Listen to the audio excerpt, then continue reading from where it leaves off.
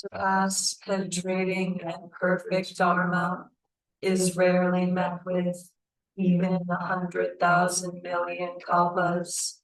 Having it to see and listen to, remember and accept, I vow to taste the truth of the Tathagata's teachings. In Buddhism, when Zen practitioners share their understandings of the teachings and practice, it's offered on the basis of dana paramita, dana being a Pali word that means generosity or to give freely, and this is done without expectation when the opportunity arises. And those who share the teachings at Great Tree do so on a dana basis. You can support their practice by giving what you can, and we will pass it on to them. So you can go to greattreetemple.org. There's a giving tab, and when you make a donation, just make sure to write Chimyo, and we will pass it directly to her. Speaking of, our speaker today is Reverend Chimyo Atkinson. Chimyo means tree of prosperity, clear wisdom. Reverend Chimyo was ordained by Reverend Teijo Munnich in 2007 and received Dharma Transmission in 2015. She received monastic training at Great Tree and completed 2 Sotoshu International training periods in Japan in 2010 and 2011, and 2 additional angos at Aichi Senmon Nisodo in Nagoya in 2012. And 1 ango at Ryumonji Monastery in Iowa in 2014. Chimyo served as head of practice at Great Tree and volunteered with the sangha at Avery-Mitchell Correctional Institute until 2020, and now she lives in Brooklyn. Hi, Chimyo. Hello, please signal that you can hear me. Okay, good. Good morning to all of you, and I hope you all spent a lovely Rohatsu. And, if any of you are enlightened, congratulations. I'm still waiting. Next year. Yeah, we'll see. Just to report, I spent a lovely Rohatsu Sesshin with some friends of ours, cousins, really, at Zen Center of Pittsburgh. Some of you might have met Reverend Kotoku Crivello and his partner, Colleen Crivello. She was the person who, if you were at the mountain seat, did our narration for the mountain seat. And Kotoku is a longtime friend of mine from Ango. And I was grateful to be invited by them to spend Rohatsu Sesshin with their sangha. I call them cousins because some of you may have been around or remember or know of Kyoki Roberts, Reverend Kyoki Roberts, who has had a relationship with Great Tree. She passed away a couple of years ago, unfortunately. I remember her from the Zen Center of Asheville days when we were out on Hazel Mill Road, and she came to do nonviolent communication training with us, and was a good friend of the Asheville Sangha. This place, Zen Center of Pittsburgh, is in the family home of Reverend Kyoki Roberts out in rural-ish Pennsylvania, Pittsburgh, outside of Pittsburgh. And she was the abbot there for a while until she left and passed it on to Kotoku. I'm pleased to report that her spirit is there in the practice and in the building itself. I swear, I was in a little room there, and every night, twice a night, this door with a latch on it would unhook, and the door would open just enough to imagine someone's head peeking in and saying, "How you doing?" And I choose to believe that spirit, that little wind, is the spirit of our good dear missed friend. So we are connected in that way, and also through Katagiri Roshi, who Kotoku, in his various travels and connections with teacher, is also connected to. And the late Reverend Nonin Chawani. There's a wall with their pictures hanging on it right over a small altar in their library. So the connection is there, and I felt very comfortable with them. I also was pleased to, or really honored, to be able to visit Diane Banaj Roshi, who is currently in assisted living, and was the abbot of Mount Equity Zen Center in Pennsylvania. And she is full on Roshi. She may not be moving the way she used to. Her memory may be a bit scattered. But in a deep way, she is herself. And I really felt a good feeling still of care from her. She was someone who, when I was headed out to do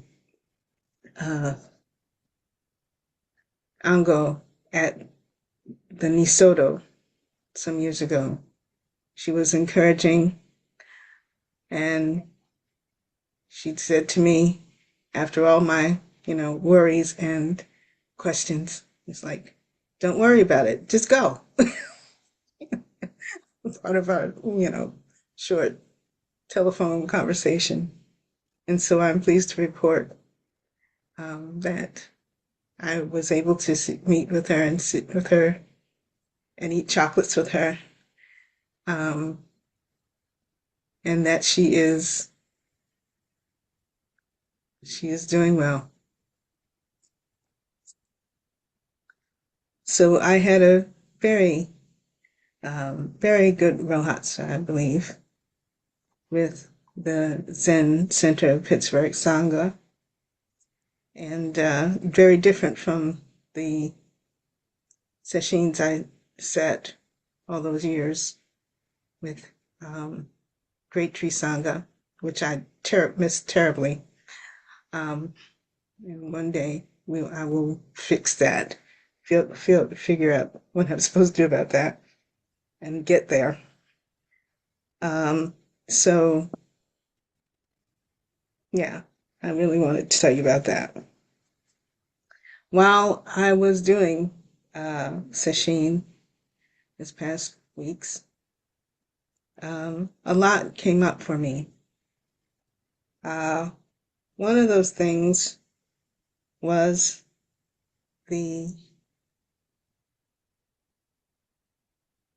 trying to understand, really, I guess, the concept, for lack of a word for it, of unsui. Unsui is a word that comes up a lot in training in Japan, or it did for my particular cohort when we were doing those international angos. Unsui means cloud, or like a cloud. And that is essentially what that training was in Japan. We are training to be clouds as monks. Monk, unsui are, synonyms. That's what we are. Training to be clouds. And what that means, it doesn't mean that we're swanning around, pretending to be light as air, oh, happy little clouds. No.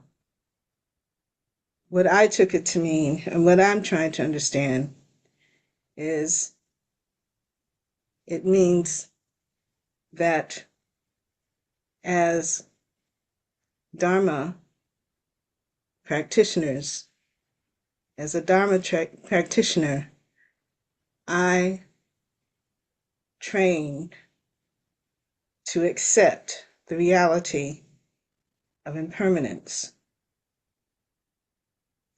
to be that impermanence without resistance, without clinging, without that scrambling to hold on to all these identities, all these places,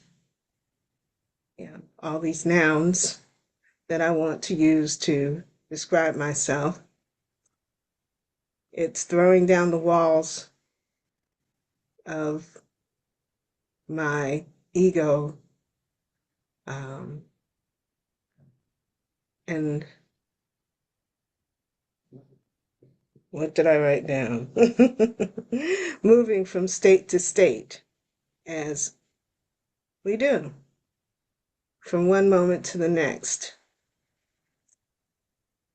It's watching the body change, watching the mind change, watching the mind and body drop away. The mind and body drop away. What is? Nothing. It's emptiness. It's impermanence. It's arising and falling and disappearing. It's the flower, the ocean wave that rises and falls. It's this body born and decaying on the charnel ground.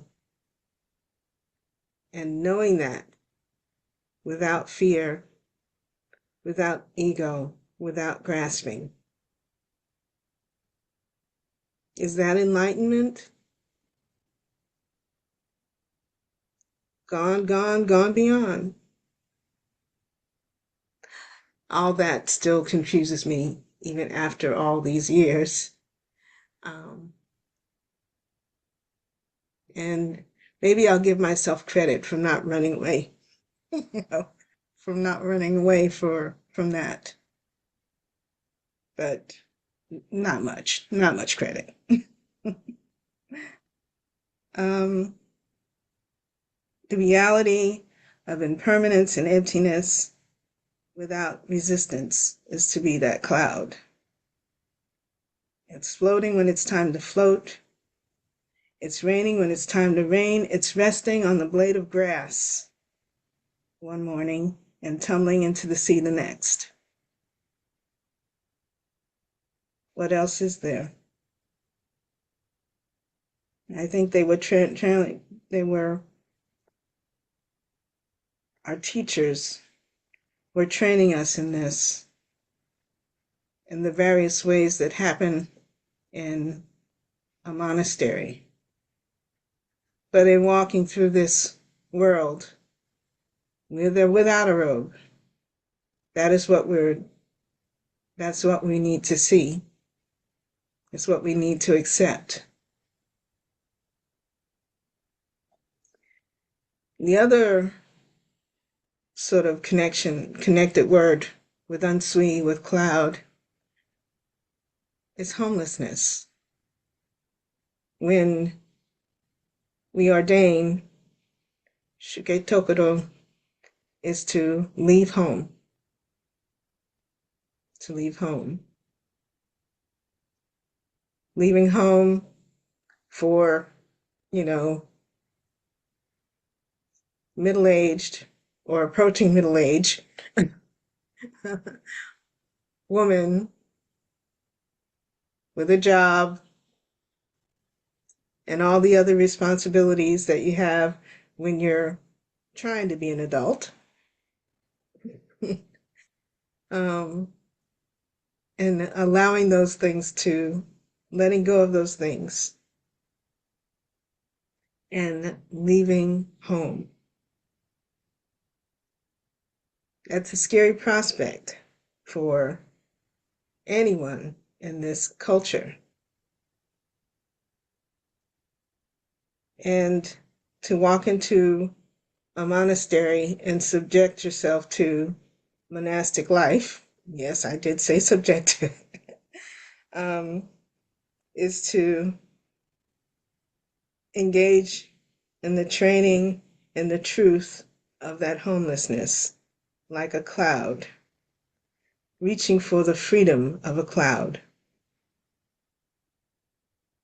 sitting under the Bodhi tree and letting all of that fall away. Sitting down in the zendo on Saturday morning, and when the bell rings, to let that drop away, to become homeless. The only place, if you want to call it a place, is right there where you are. Nothing else. Oh, for at least 40 minutes. Come on, can you do this at least 40 minutes? Yeah. That's where all the wiggling comes from when you sit down and your body wants to get up and your mind wants to get up and wants to hold together and doesn't want to dissipate. And that's the struggle, the suffering that I impose upon myself.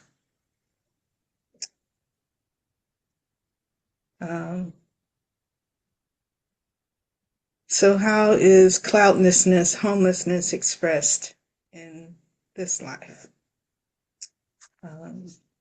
Yeah. The other way, the two ways I'm thinking about it now, because I'm a word person and Lord have mercy, Dogen would just light into me. Not that he has anything to say about it with all his billions of fascicles and big old Shobo Genzo sitting on the shelf. Yeah. But words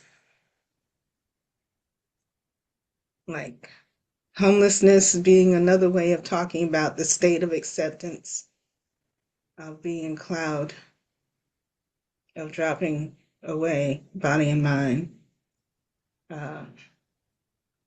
For a while after moving back to New York, when people would ask me about my new situation or, what happened, whatever, I would jokingly call myself Homeless Chimyo after Kodo Sawaki Roshi, the late Master Sawaki Roshi, who is also known as Homeless Kodo.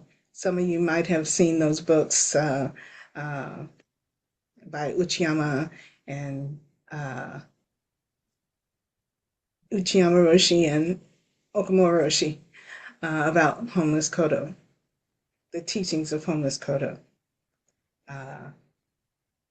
They are really popular. And I've read them, and something in me sort of resisted them. I mean, I can't say I didn't like them. I enjoyed them, but something in it I had some resistance to. Still do a little, even though I've read them, over the years. So I was, playing with that. And yeah, I know how lame that is. I like to think it might be aspirational. It might be if I weren't so deluded. But the reality is that it was a dodge and a masking of the total panic I found myself in free fall again. Yeah. When they say homelessness, the mundane image of that, of homelessness, is not a cloud floating around, moving where it's moved. It's a being destitute, cold, hungry, in a back alley. It's the lost soul who is abandoned,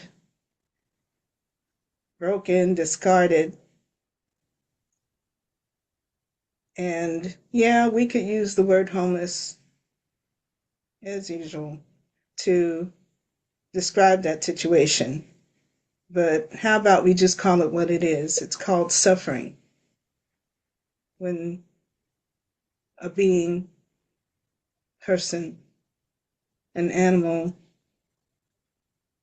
anyone is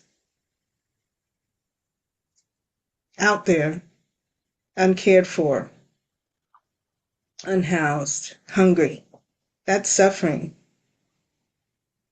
It doesn't matter who made that suffering, because there's a home for everyone. And I think that, if I were truly homeless, if I am truly homeless, I cannot stand for that condition for anyone. If I were truly homeless, the walls and the shutness of my being, of my ego, my self, would be, the windows and the doors would be thrown wide open, because there is their home. That lost child, that lost puppy, that lost man who, for whatever reason, is out there alone, should not be. If my abode was open, the divine abode, if I truly embrace that, and truly that has no walls, and there's always plenty for everyone, because I have it. And my selfish egoness would not allow that condition. Saving all beings. How could that be? Let me stop wrong. Okay. Because really, the concept of emptiness is those open doors, that open heart, that body and mind dropped away, so that there is no difference. There is no separation. And the expression of that would be those open doors. It would be the scraping of the gold leaf from the Buddha's nose and using that dust to feed the hungry.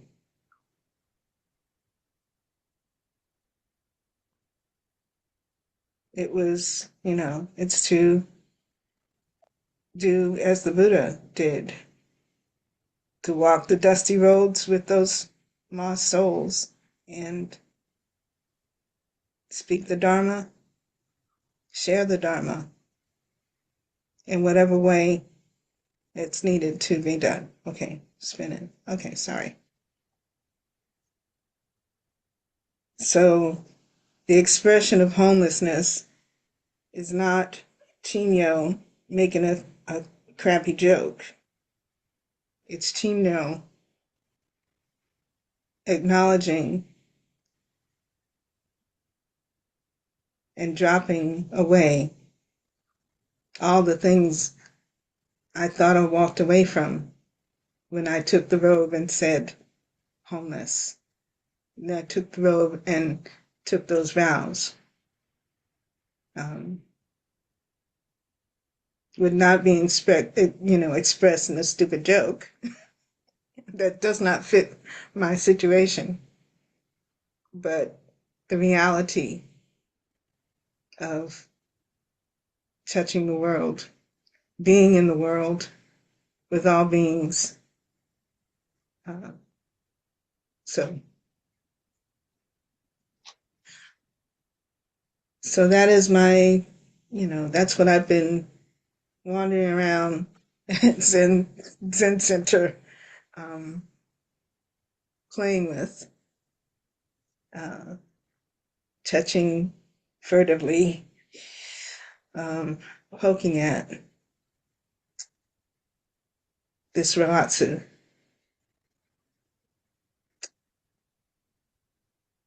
We celebrate the Buddha's enlightenment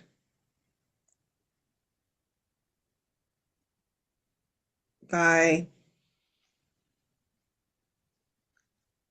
at the worst, mimicking sitting under the Bodhi tree.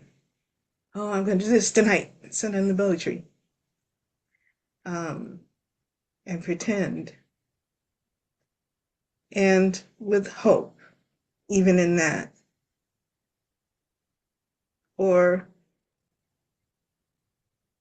at very best, just sitting the same way I sit every morning in front of my little Buddha statue. Yes, my little Buddha statue finally got unpacked and has a seat. Or sit in the Zendo, or go to Rohatsu Sesshin and just.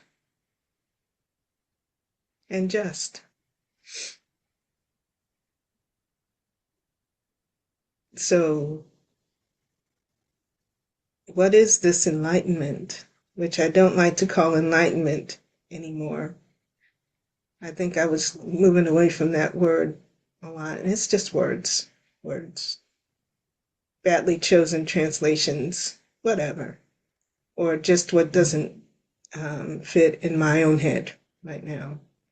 And I've been calling it liberation. And for me, lame as it is, the poetry in that is the liberation of the cloud, the liberation of moving from state to state, the liberation of living without walls, the liberation of floating, of raining, of misting, and moving through whatever cycles there are of being swallowed and alleviating the thirst of whatever being's lips find mine. It's the liberation of getting pissed out a couple of hours later, because that's what it is. All of which helps the world. It's the freedom of nourishing the earth, the environment, the freedom of being pure and clear, rolling down the mountain, the freedom of getting dirty, of washing away, because what did Ayama Roshi say? That pure water becomes dirty water in being itself and washing away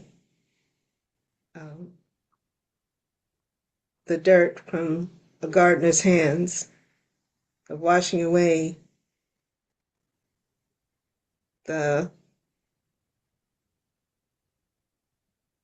dirt through a field, of making mud, of being flushed down the toilet, of taking in the salt of the sea.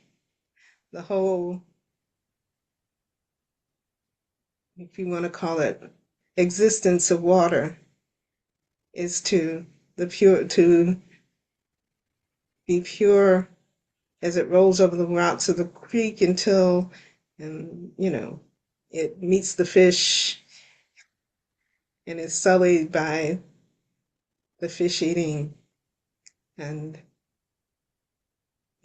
flowing out into the sea and taking in the salt and the nutrients that come down with it from the mountains, and the passing and decay that comes through all that, to wash our hands. There's a gata in the bathroom down there, Great Tree. Autumn put that there, about washing your hands in the pure water, washing your hands after the toilet, after coming out of the yard where you pulled up weeds, after cleaning up after little Stella, after cooking and cleaning, and soil that pure water. Well, if water changes even with that in its function, what is the function of this being, this empty being, to move through all of those things in the world, get a little soiled, change the nature a little bit, because that is not the quote what we call nature. That's not the true nature. The true nature is that it's still the same water that originated, the original face, the original nature, the Buddha nature. Is still all of those things remains. And instead of grasping at all those conditions to try to become what is impossible, permanent, to let go and find that true nature, that quote unquote pure that is always there, because dirty water is just as pure as that imaginary stuff, that is never so. And to be that cloud,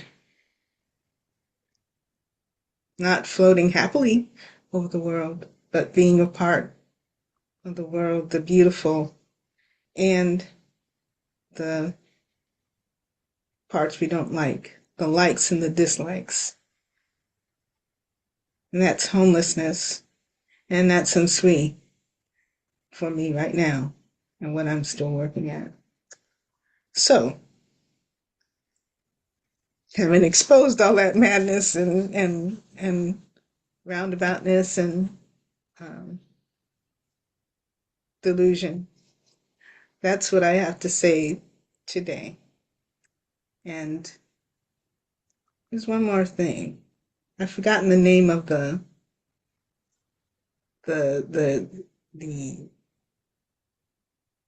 it's not a holiday, the sesshin or the event in Buddhism is the sesshin of Eka, losing your arm. I mean, maybe you did that, Genjo.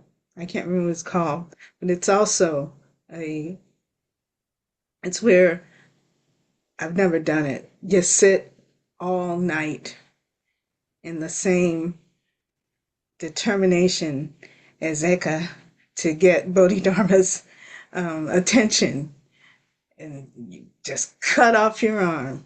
Talk about dropping body and mind, not literally, but in the effort and the determination to do. It's not the beautiful Rohatsu Sesshin that I guarantee you when Gautama was sitting there. It didn't feel beautiful and wonderful and mystical and mythical. It was that big fight with Mara. You do that big fight with self that really, really is determined to do that, and drop body and mind, cut off your arms and legs, and just sit. One day, when my body is better, I might try that. It sounds really macho.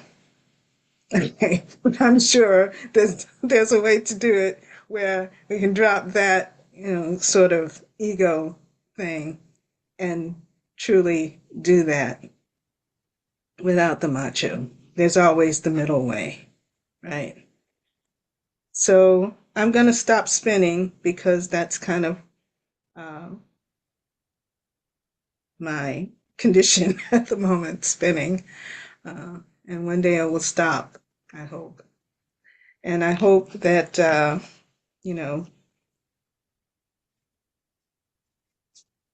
as I said, instead of the homelessness that means suffering, that we all can obtain or at least touch, even if for little moments, that homelessness, that freedom and liberation that I think was meant. There was a teacher at my ango, one of my angos, Okuna Sensei, very sweet, kind man. And I remember him speaking of that and speaking of the pines and also of Unsui as we followed like a little gaggle of ducks behind him, telling us almost in story time fashion about that concept of Unsui and also the concept of the pines, the emptiness of a pine tree planted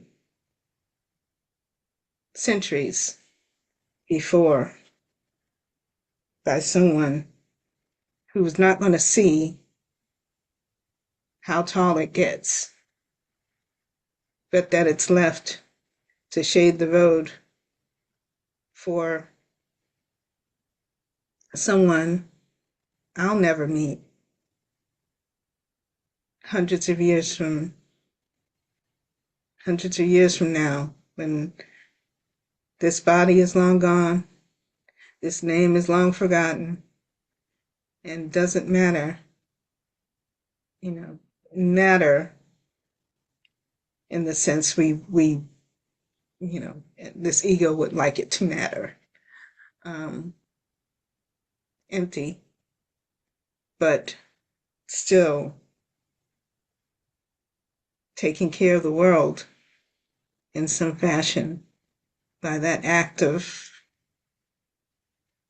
planting, of caring just a little bit, that someone needs shade, that trees need to propagate and continue in the world, or even that some teacher long in the on the time or whatever this is ahead might need to go out and cut a little branch to do that ceremony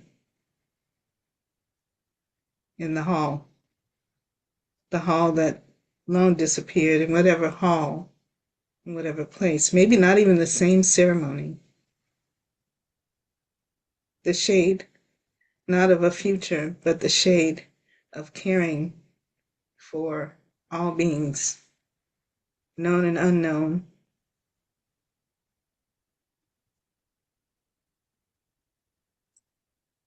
being an ancestor, being a cloud. So I'll be quiet now. Thank you for listening, for putting up with my spin. And if you have anything to say, we'd love to hear about your Rohatsu. And yeah, whatever you think. Thank you.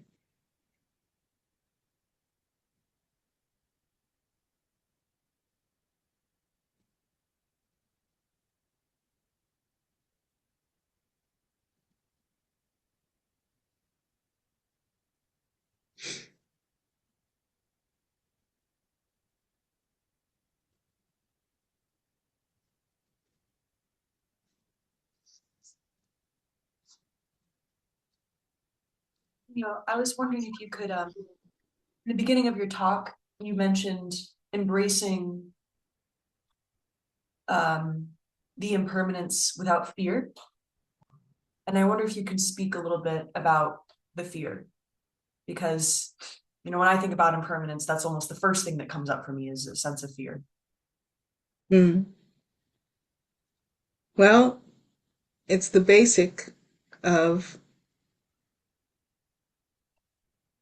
the Buddha's teaching, the Four Noble Truths, suffering, the origins of suffering, and, there I go. Please forget it. But part of that is the origin of suffering is that trying to hold on to that ego, what we define that limited, this limited body, this limited mind, and trying to, and imagining that somehow that this is forever. And also the letting go of those false walls that says that this limited mind and body is limited and that we are not all beings in itself. I can't remember the exact words the way it's put, but basically that dropping body and mind is to understand that reality, is to not even understand that reality, but to be that reality of no separate self, no self. Can't find the word right now. But that in itself is a big fear, to let go and just understand that and be that. Because to be born is to inhabit this flesh, to do whatever this brain is supposed to be doing, to create a self, to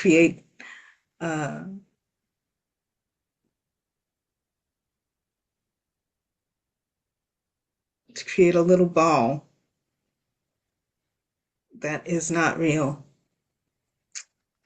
and to not be Chimyo is the fear, because ego says that I must have, I must like, I must be recognized, I must be.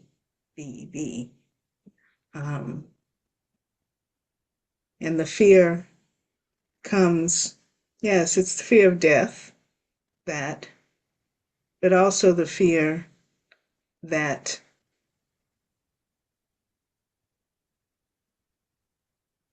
we're just falling here, we're just here for no good reason. That this being is a false separate, that that this doesn't exist without these other beings of what we perceive as separate beings. Can't accept that, because that means trusting the whole thing. That I have to, and that means that, if I can't trust, all beings, if I am all beings, that means I disappear. I am not. And that just can't stand, because I was born. Yeah. And this flesh has needs. And if I accept that those needs are spread out among others, where's mine? You know, am I going to get mine? Because that's a ego thing. It's a selfishness. It's a wanting, the fear that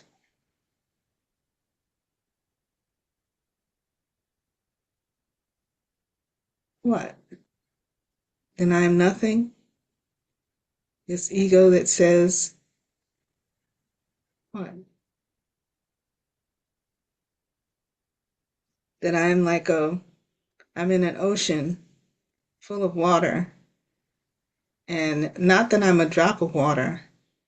I am just the water. Oh, and that person I perceive, there's a person over there. They're water too. They just touched me. What? We're interconnected. I can't exist unless you exist. This moment can't exist without um, without y'all. If that's the case, who am I talking to? And if y'all shut off the computer, where's that fear? What's that? Oh, what did I do? Oh, no, no, no, no, no, no. When all you did was shut off the computer, you're still there. Doesn't matter what reason you shut it off. But you're still there. And I still am beholden to you, beholden to the person that just went by blowing their horn. But beholden to this moment. This my moment doesn't exist without the bacteria floating in the air. All that is here. All that is me. That's what makes me in this moment. How dare they? That's just our fear. That's the basis of the fear. And that's the basis of the fear that makes me act out and, disregard whoever it is, the homeless man, disregard, people in need, disregard people who disregard me, as if they can be something separate, as if I can exist without. Might exist a little more comfortably. No, you won't, because it's still there. So I don't know. It's fear. It's what this practice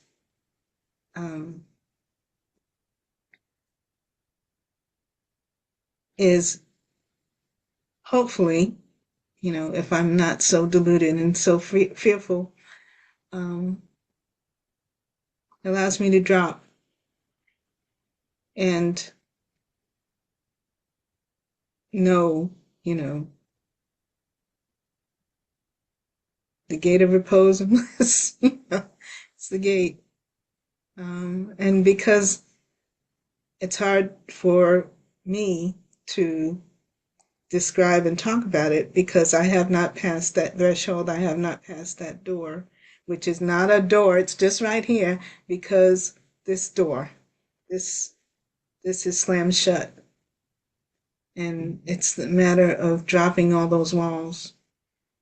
And, which I'm describing as walls.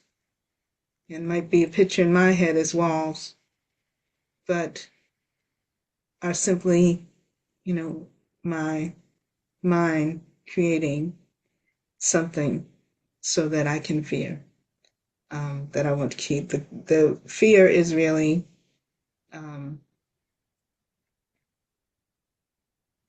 ego and selfishness.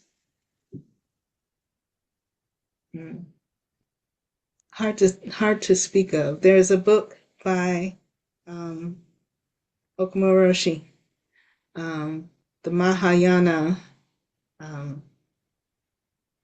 self in Mahayana. It's a small book, and it can be helpful because he has found a way to express some of this. So I would recommend that book if you really want to look at that fear and where it might come from, and the origin of fear, the origin of self, the origin of suffering, which is all those things, um, starts here with this connection or this uh, delusion of self, that this denial of interconnectedness, the denial that everything is change, no matter what I do, and the acceptance of being up in the sky and then raining down hard to the next state, the next thing, the next change. So I don't know if that explained anything. I can't explain it. That's why we're sitting. That's the experience of it, the touching of it every time. So thank you for the question.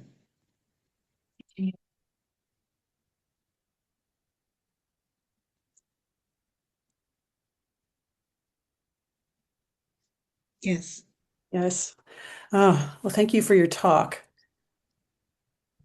Um, I was in Sesshin for only about 2.5 days, but the first day was rough, and I was noticing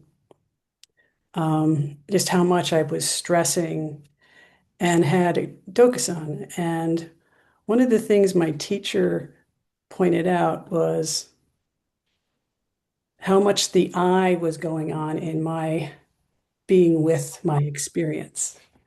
Mm-hmm. I wasn't experiencing, I was observing my experience. And and she suggested this shift in dropping the I. And I don't know who's dropping the I other than the practice is dropping the I. Because then, so I've been thinking about how in your talk you move from illustrating the I to using language to create an experience that's more poetic. And then I inhabit it more in a way that drops away subject and object. But so Mm-hmm. much of our language to talk about this invokes an I. And our relationship to even sitting with our experience invokes an I, which creates this separation. And so I don't have an answer to this, but somehow that later that afternoon, the separation dropped. I didn't do anything. You know, maybe I just I got exhausted. So anyway, I'm still in that puzzling about how much this discursive way of inhabiting the world just is so hard to let go of. Mm-hmm. And who's doing the letting go? You know, and even that language is suggests a subject engaging in a volitional choice. When I don't think this is volitional, the Mm-hmm. showing up and you're more likely to have it drop away. Mm-hmm. It's not something I'm doing at all. Mm-hmm. Yeah. Anyway, I'm thinking out loud with you and continuing my own puzzling about that. I'm curious whether you have any thoughts about that. Yeah, I get it. I get it. And it's like, even in the sutras, they're using the word I. It's like and language just confuses it more to me. But we have to sit here and talk because talk, and words. But it's beyond, something that you do. It just is. Mhm. And at the point where the doing stops, and I don't know what that means. That's a good question. Does the I just get tired? Yeah. Maybe it does. Maybe that's what we have to do. Excuse me, not do. That's what it has to That's what just. happened. Yeah. Yeah. That's has to is just. Even the word saying just happen. It's like take the verb just, take it out because there's no doing here. And the thing that it is hard for I to be is not doing. Not doing, not sitting, just. Just. Yeah. And okay, that makes no sense in English. Okay. In these words. It makes no sense in these words. And it is experiential. The whole thing of Zen is not, you know, all this stuff, robes, blah, blah, blah. It is the whole thing of that. It is, and that's why it's hard to talk about. Um, you can use the word being, um, but every every I mean, language is such a self thing. It's something that builds self. I'm beginning to think, because it's the bricks out of which we idea. It's the bricks out of which we define. That's the whole thing of language. How do I drop the language so that I can I so that experience is Mhm. if if there is no self, just well, I don't know. But good point. Thank you.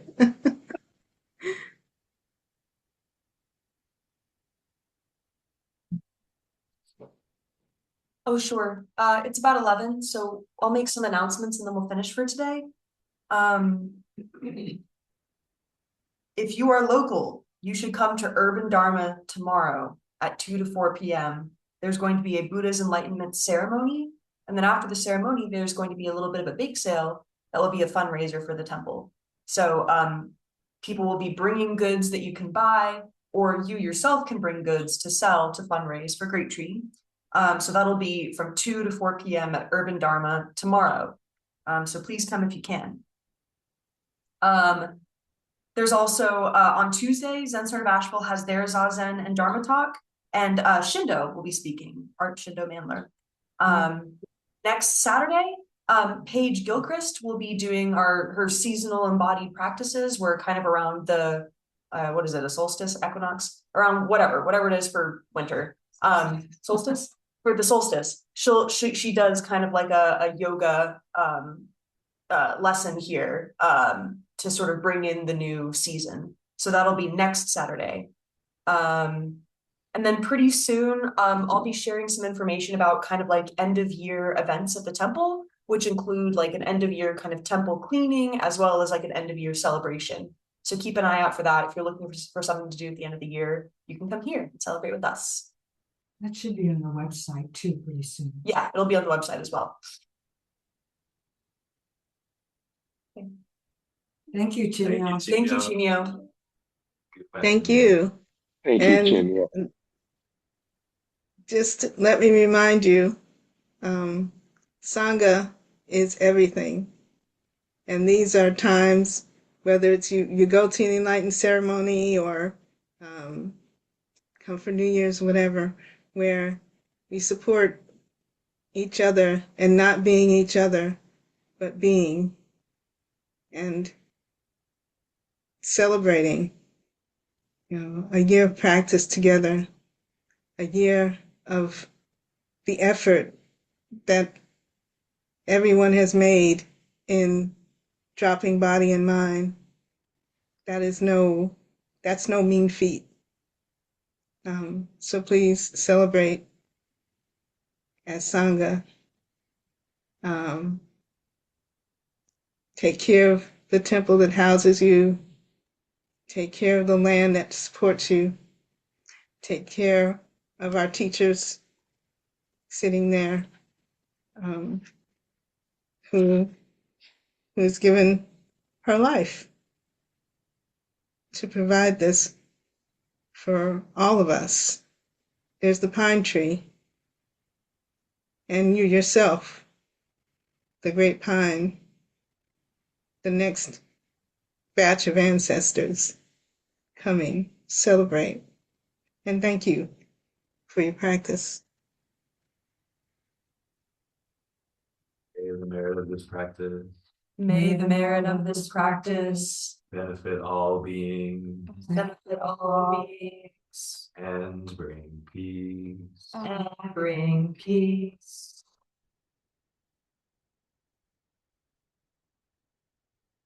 Thanks, everyone.